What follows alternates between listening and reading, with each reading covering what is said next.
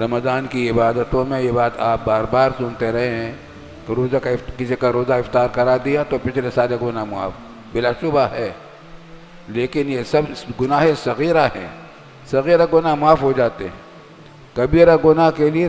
گناہ بغیر توبہ کے معاف نہیں ہوتے، اور توبہ اس بات کو کہتے ہیں کہ کوئی گناہ ہوا ہے اس پر اللہ کے سامنے شرمندہ ہو کر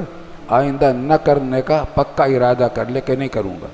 تو گناہ توبہ ہو گئی اور اسی وقت ہو گئی، اسی وقت قبول ہو جاتی ہے۔ اچھا ایک بات خاص ہے کہ توبہ کے بارے میں اللہ تعالیٰ کا وعدہ ہے کہ وہ قبول ہوتی ضرور ہے،